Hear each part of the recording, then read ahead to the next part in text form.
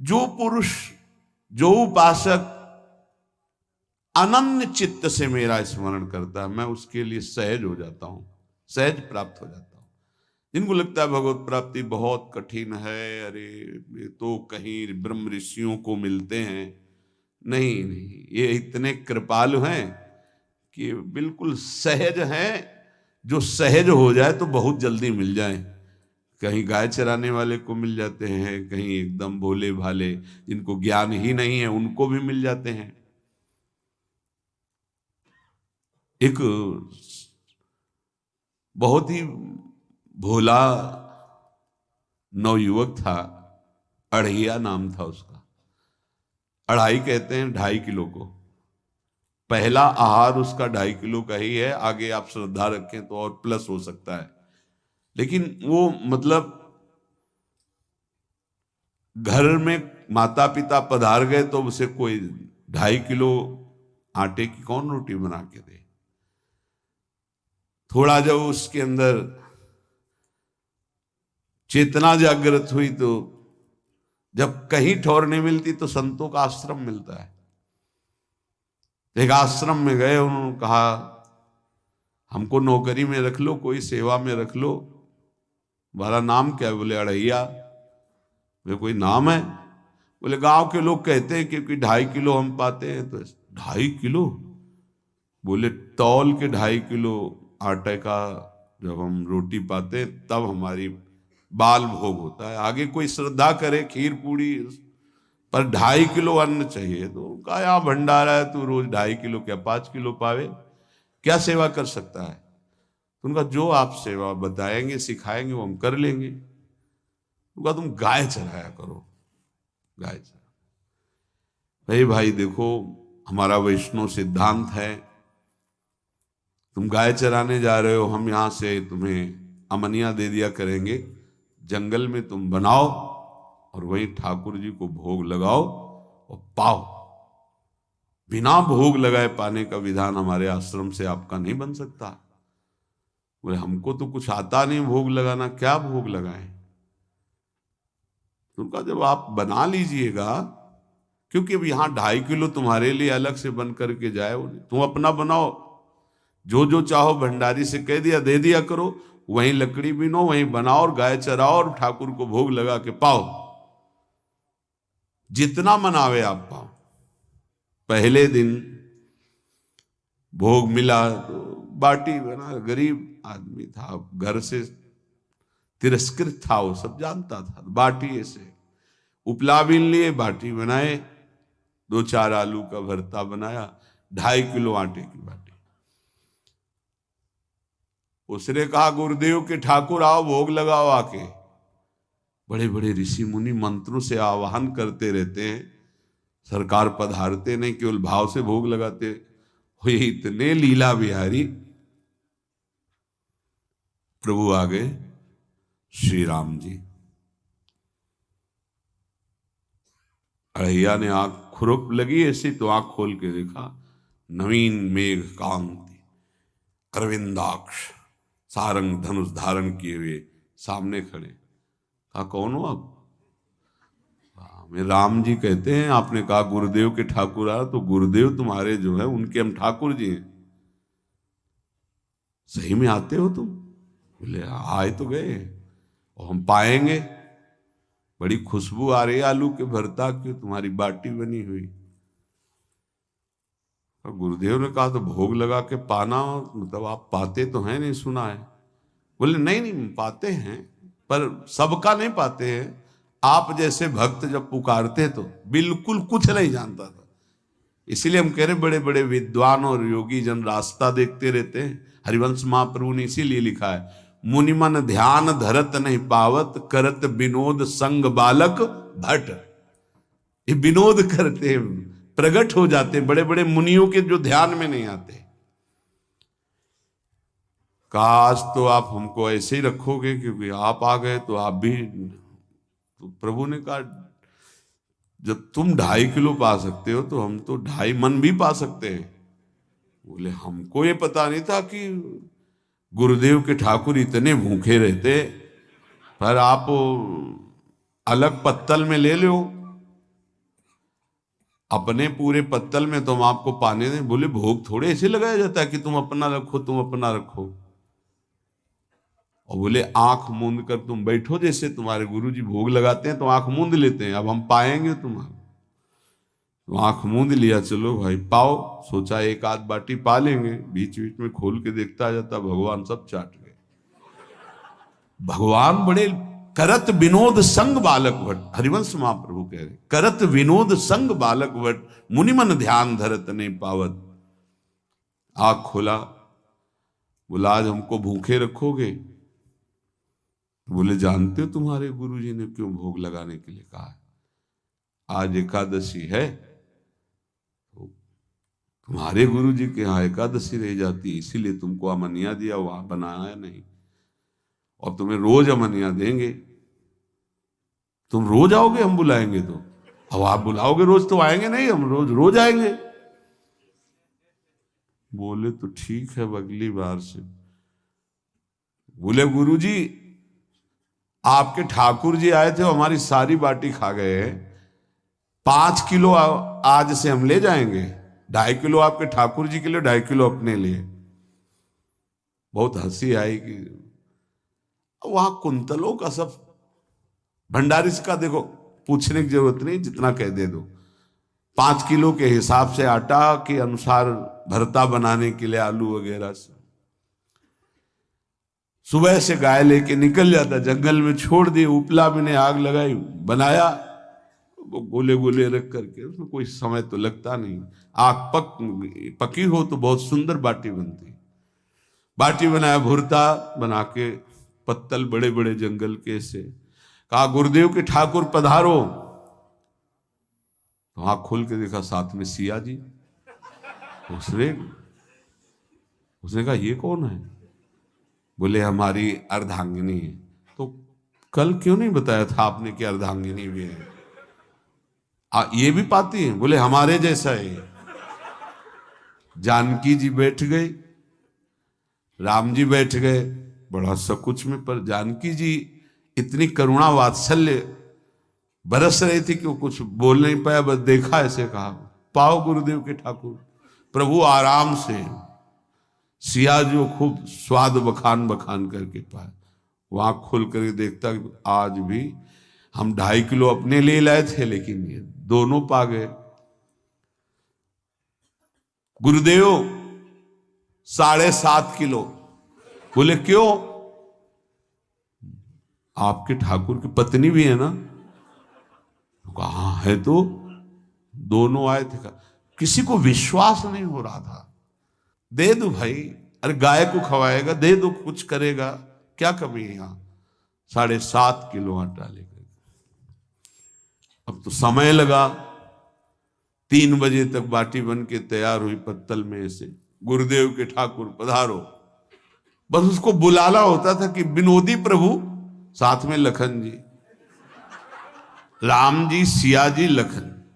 ऐसे देखा, ये कौन है? बोले छोटे भाई। आपके भाई भी है? हाँ है। पहले अब परिवार में कितने लोग हो आप? पहले बता देते तो हम वो सब आ जाते हैं। लक्ष्मण जी से कहा बहुत सरल भगत है, नाराज मत होना, चुपचाप पा लो। तीनों बैठे, सब पा गए। फिर बेचारा ऐसे ही रह गया। जब वो चले गए तो पत्तलों में जो किनका रहता था, वो एक अद्भुत आनंद।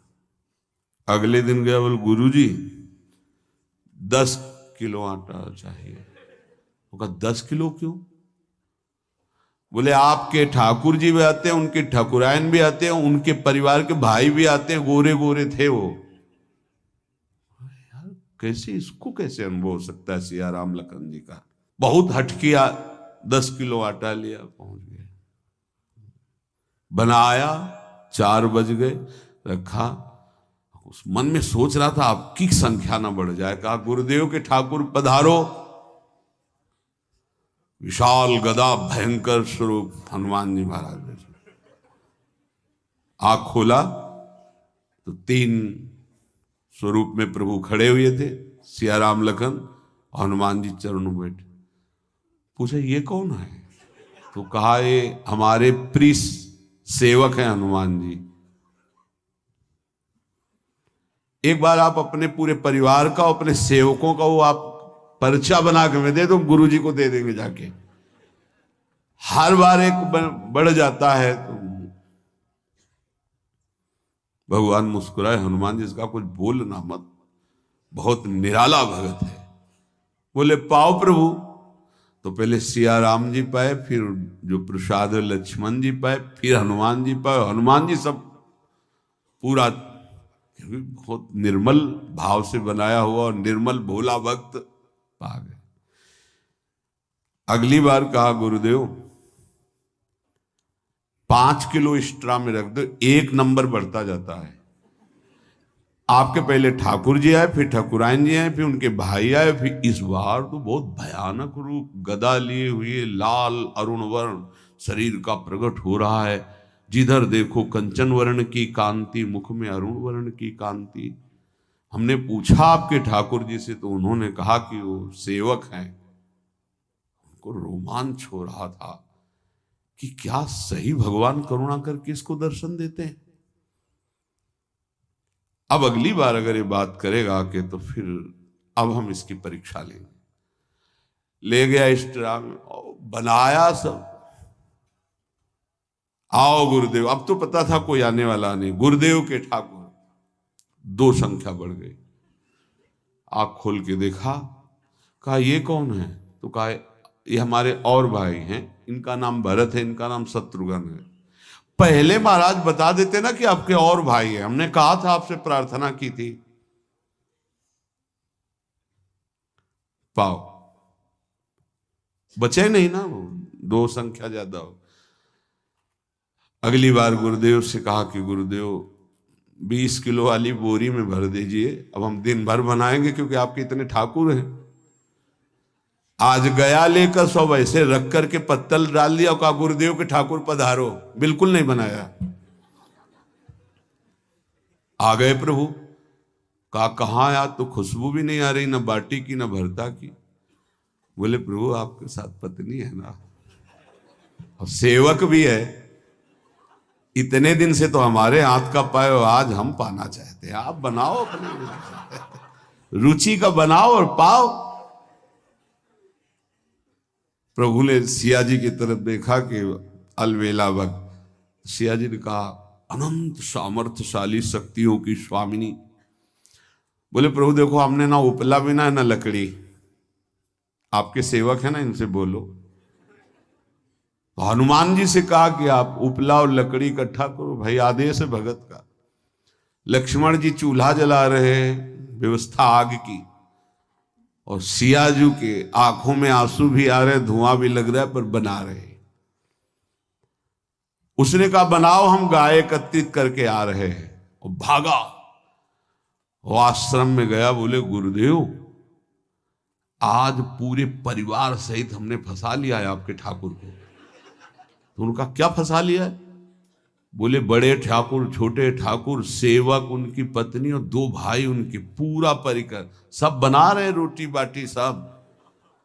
महाराज आप चलो, आपको शंका होती थी आज उनके हाथ कपाएंगे। तो उनको लगा कि पागल आदमी, राम जी, लखन जी, भरत, शत्रुघ्न, सिया जी, हनुमान जी, ये बड़े बड़े योगियों के ध्यान में आने वाले नहीं, ये कैसे एक गंवार आदमी जिसको कभी कोई नाम जपना नहीं आया, कोई ग्रंथ नहीं आया, उसके सामने। पर भगवान की दयालुता पर संशय नहीं करना चाहिए। चल के देखते हैं। जो जी ही वहां गए, चूंकि निरंतर भजन परायण थे, वहां गए तो पूरा राम दरबार उपस्थित, और बड़ा सुंदर व्यंजन स्वयं जानकी जी बना रहे। प्रभु के चरणों में साष्टांग दंडोत हुए।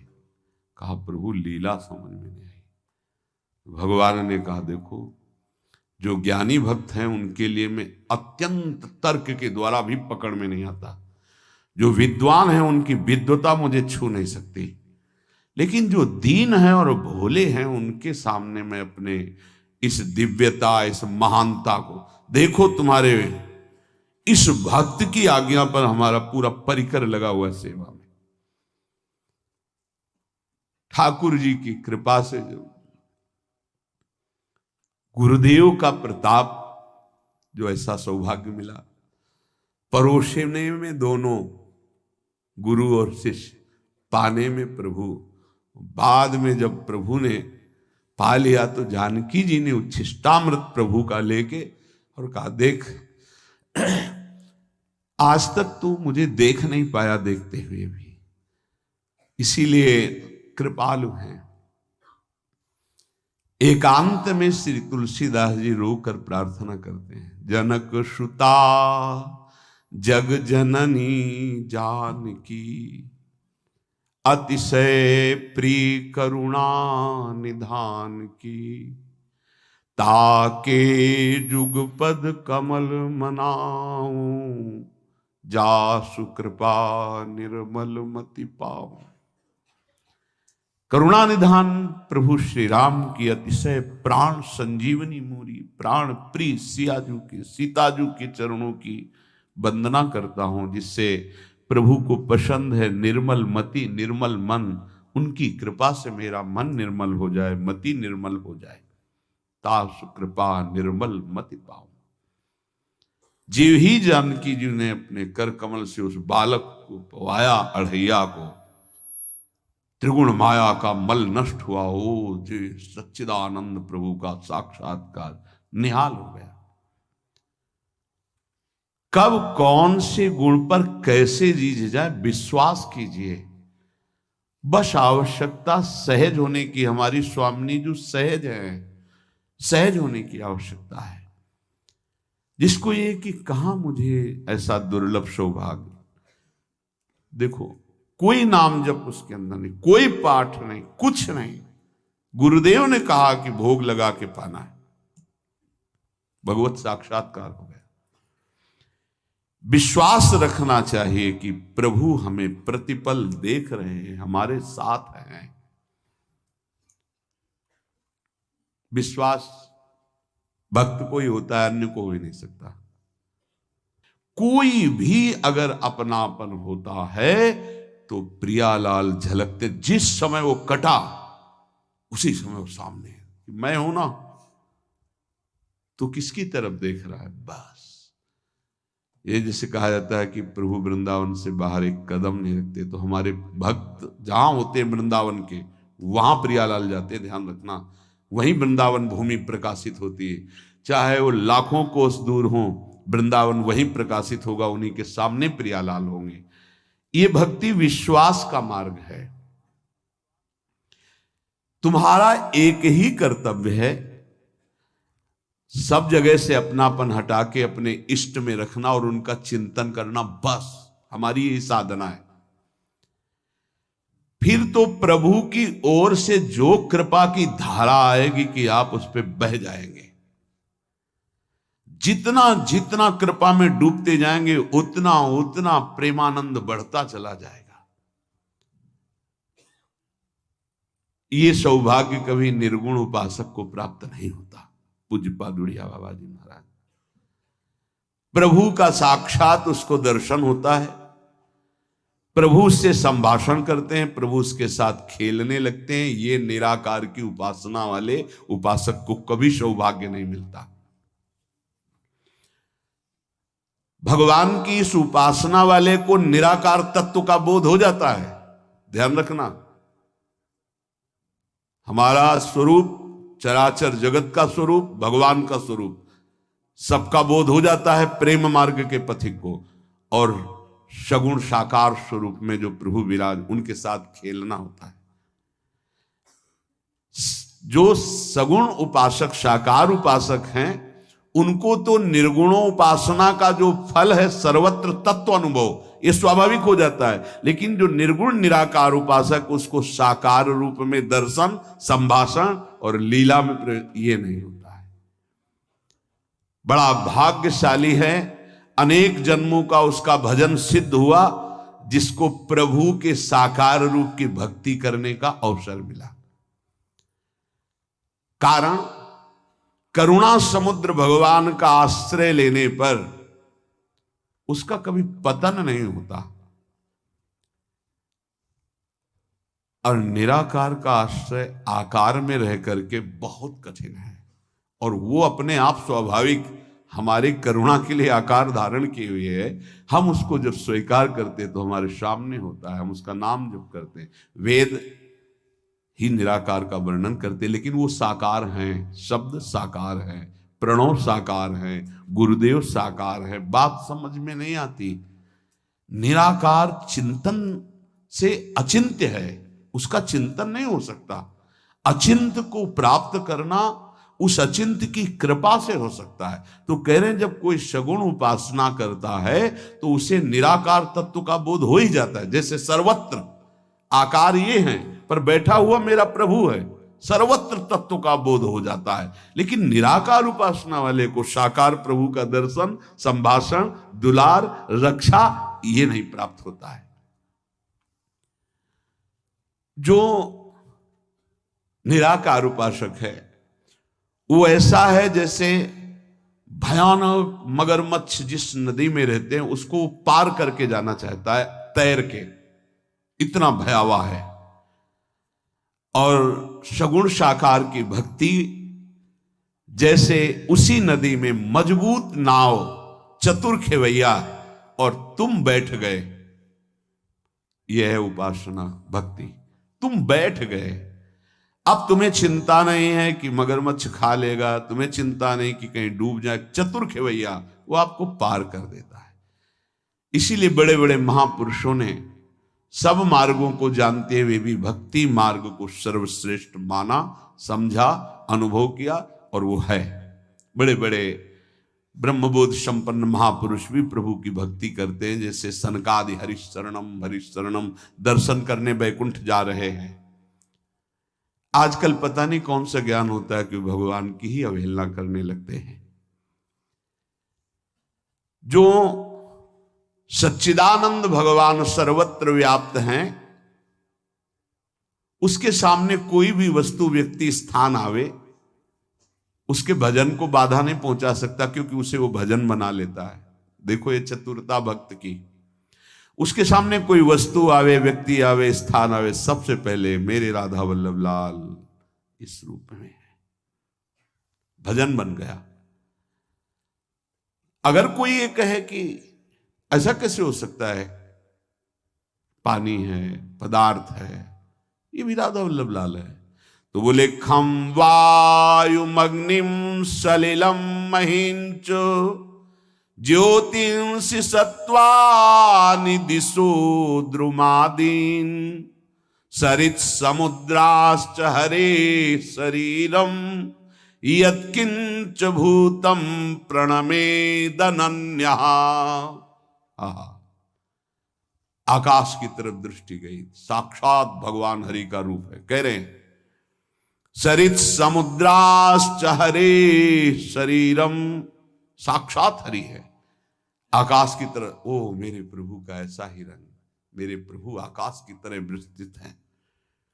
खम आकाश, वायु, वायु स्पर्श की। एक बार शिव पुराण में पढ़ा था कि वायु भगवान शिव का स्वरूप है। घाटों में से थे, हवा चल रही थी, जैसे लग रहा था बस ऐसे महादेवालिंगन कर रहे हैं। भाव में कैसा आनंद मिलता है। तो ऐसे वायु जोर की चल रही थी, गंगा जी का स्पर्श करके आ रही थी। ऐसे आंख मूंद कर ध्यान करते, ये भगवान शिव वायु के रूप में हमारा आलिंगन कर रहे हैं। खम वायु, वायु को देखा मेरे प्रभु। मग्निम, अग्नि भगवान। सलिलम, जल भगवान। महिश्च, पृथ्वी स्वयं भगवान बने हुए हैं। ज्योतिंसि सत्वानि दिशो द्रुमादीन, नक्षत्र जितने सब भगवान। प्राणी जितने बने हुए जड़ चैतन्य स्वयं भगवान। दिशाएं जितनी स्वयं भगवान। वृक्ष जितने स्वयं भगवान। सरित, सरिता नदी जितनी सम भगवत स्वरूप। समुद्राश्च हरे शरीरम, समुद्र ये साक्षात भगवान बने हुए हैं। देखो कैसा, कुछ बचा क्या? आकाश, वायु, अग्नि, जल, पृथ्वी, इनसे बना हुआ है। नक्षत्र और जितने प्राणी स्वयं भगवान बने हुए, दिशाएं, वृक्ष, नदी, समुद्र, सब कुछ साक्षात श्री हरि बने हुए हैं। हरे शरीरम यत्किंच भूतम प्रणमेद अनन्या, यत्किंच जो जिनका नाम नहीं लिया गया वो भी सब श्री हरि बने हुए। भूतम प्रणमेद अनन्या, पृथ्वी पे माथा रखकर हम सबको प्रणाम करते, मेरे भगवान इस सब रूपों में है। जो ऐसा अनुभव करता है उसके नेत्रों से कभी भगवान ओझल नहीं होते। भगवान का नाम और भगवान का रूप ये सच्चिदानंद में नित्य है। इनको पार्थिव न समझे। भगवान कह रहे, स्वयं श्री भगवान अपना परिचय देते हैं कि देखो, जब कोई यहां जन्म लेता है तो प्रकृति के वशीभूत होकर, कर्म के अधीन होकर मां के गर्भ में जाके, मैं मां के गर्भ में नहीं जाता क्योंकि मैं कर्म बंधन से युक्त नहीं हूं, मैं प्रकृति को अधीन करके प्रकट होता हूं। जन्म कर्म च मे दिव्यमेवं यो वेत्ति तत्वतः त्यक्त्वा देहं पुनर्जन्म नैति मामेति सो अर्जुन। ये हो गया हमारा कल्याण। भगवान कह रहे हैं हमारे प्रभु दिव्य हैं, प्रभु की लीला दिव्य है। ये जिस भक्त के हृदय में बैठ गया बस इतने से उसका पुनर्जन्म नहीं होगा। भगवान कह रहे हैं हे अर्जुन, मेरे जन्म और कर्म दिव्य, इस प्रकार मेरे जन्म और कर्म को जो मनुष्य तत्व से जान लेता है, अर्थात दृढ़ता पूर्वक मान लेता है कि भगवान का तनु दिव्य, भगवान के कर्म दिव्य, भगवान का रूप दिव्य, वो शरीर त्याग करके पुनर्जन्म को प्राप्त नहीं होता, वो मुझे प्राप्त हो जाता है। मामेति सो अर्जुन त्यक्त्वा देहम पुनर्जन्मो नैति, नहीं होगा उसको। कौन से साधन की बात कही? केवल इतना जान गया कि मेरे भगवान सत्य हैं, मेरे भगवान का नाम सत्य है, मेरे भगवान का रूप सत्य है, मेरे प्राण प्रीतम, मैं आपकी शरण में हूं, भगवत प्राप्ति हो गई, उसका जन्म नहीं होगा। भगवान अजन्मा है, बताया अपने को पीछे। अविनाशी हैं, भगवान ने बताया अजन्मा होते हुए भी मैं प्रकट होता हूं, अविनाशी होते हुए भी अंतर्ध्यान की लीला करता हूं। भगवान का अवतार कृपा अवतार है, कृपा पूर्वक वो अवतरित होते हैं। भगवान जो जो भी लीला करते हैं उनका बड़ा रहस्य होता है, वो प्रेमी भक्त जन जानते हैं, मूढ़ जन नहीं। भगवान का जो विग्रह श्रीअंग है वो सच्चिदानंदमय है। जितने भी विग्रह हो सब प्रकृति से बने हुए, यहां से लेकर ब्रह्मलोक तक, आब्रह्म स्तंभ पर्यंतम सर्वम मायामयम जगत, आब्रह्म भुवनान लोकान पुनरावर्तिनो अर्जुन, सब आने जाने वाले। भगवान का जो तनु है, जैसे हमारी आत्मा है, जो मैं हूं आत्मा तत्व, निर्विकार चिदानंद भगवत स्वरूप। हमारा शरीर अलग, हमारी आत्मा अलग है। भगवान के तनु में ऐसा नहीं है। आत्मस्वरूप भगवान का तनु है। त्वं ब्रह्म परमं व्योम पुरुषः प्रकृतेः परः अवतीर्णोषि भगवन् स्वेच्छोपात्ता पृथक वपुः। आप प्रकृति से परे हैं, आपका तनु पुरुषोत्तम है, आप सच्चिदानंद रूपाय, चिदाकाश स्वरूप आपका ब्रह्म रूप है। ये स्वेच्छा से आपने धारण किया है, अवतार लिया है, ये किसी की रचना नहीं है। जीव का शरीर दो से बनता है, पाप और पुण्य मिश्रित। ये मानो दे, मांस, रक्त, अस्थि, मज्जा, त्वचा, ये सब। ये रोगग्रस्त शरीर, नाशवान शरीर, पाप पुण्य से बना इसलिए दुख सुख भोगने वाला शरीर, लौकिक, विकारी, दृश्य, पांच भौतिक, मां के रज और पिता के वीर से मिश्रित शरीर की रचना होती है। पर भगवान का श्री विग्रह सच्चिदानंद में पाप पुण्य से नहीं बनता। नित्य अनामय अलौकिक विकार रहित परम दिव्य स्वयंभू, वो माता पिता के संयोग से शरीर की रचना नहीं होती श्री भगवान की। स्वयंभू स्वेच्छा से तनु धारण करते हैं। भगवान इस पृथ्वी पर जब कभी अवतार लेते तो पहले अपना रूप धारण करके दर्शन कराते हैं, फिर बालक रूप होते हैं। पीछे चर्चा हुई थी, चाहे देवकी जी या कौशल्या मैया, भगवान अवतार धारण करते हैं। निज इच्छा निर्मित तनु माया गुण गोपाल, इंद्रियों से, माया से और 3 गुणों से परे भगवान का शरीर है।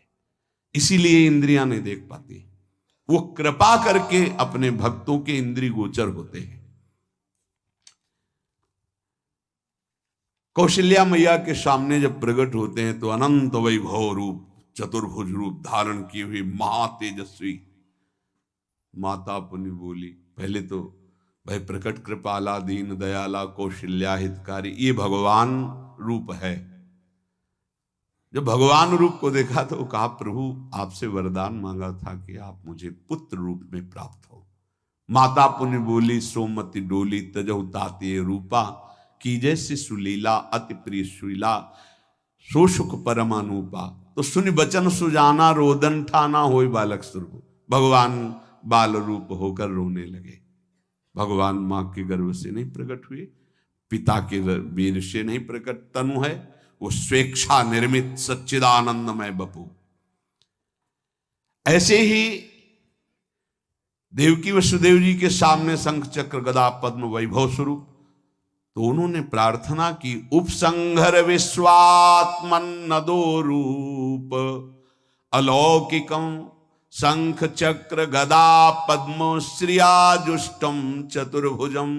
विश्वात्मन, हे भगवान, ये जो आपने रूप शंख चक्र गदा पद्म धारण किए हुए 4 भुजाओं वाला अलौकिक दिव्य तेजो में, इसे संवरण कीजिए। हमारी तो आकांक्षा थी आपके बाल रूप की। उसी समय भगवान पित्रो संपश्यतो सद्यो बभू प्राकृता शिशु, वसुदेव देवकी के देखते देखते प्राकृत बालक की तरह बन गए। भगवान पैदा नहीं हुए। भगवान का प्रकट होना दिव्य, तो बोले भगवान का अंतर ध्यान होना भी दिव्य। जब भगवान श्री राम अपने धाम पधारने लगे तो अपने परिकर सहित सरयूजू में प्रवेश किया और साकेतपुरी पहुंच गए। ऐसा नहीं कि प्रभु ने शरीर छोड़ा हो, क्योंकि उस शरीर आत्मस्वरूप सच्चिदानंद में। पितामह वचः श्रुत्वा विनिश्चित्य महामति विवेश वैष्णवम तेजः सशरीरः सहानुजः। भाई और परिकर के साथ प्रभु अंतर ध्यान हो गए, दृष्टि उजल हुए, अपने धाम में विराजमान हुए। ऐसे ही भगवान श्री कृष्णचंद्र जी के लिए आता है कि लोकाभिरामम स्वतनुम धारणा ध्यान मंगलम योग धारणयाग्निया दग्ध्वा धामा विसत्स्वकम। जो बड़े बड़े मुनियों की ध्यान धारणा का विषय भगवान का मंगलमय श्री कृष्ण रूप, तो भगवान ने योगाग्नि में उससे भस्म नहीं किया, सशरीर अंतर ध्यान हो गए। क्यों? अग्नि की ताकत ही नहीं कि स्पर्श कर सके जैसे आत्मा को, तो भगवान का तनु आत्मस्वरूप है। जैसे दावानल में गोप और गौएं व्याकुल होकर जलने लगी तो भगवान ने अग्नि को मुख में पी लिया, क्योंकि आत्मस्वरूप है। भगवान जहरीले दह में कूदकर कालिया नाग के अभिमान का मर्दन करके उसको यहां से हटाया, क्योंकि वो आत्मस्वरूप, कोई फर्क नहीं पड़ता है।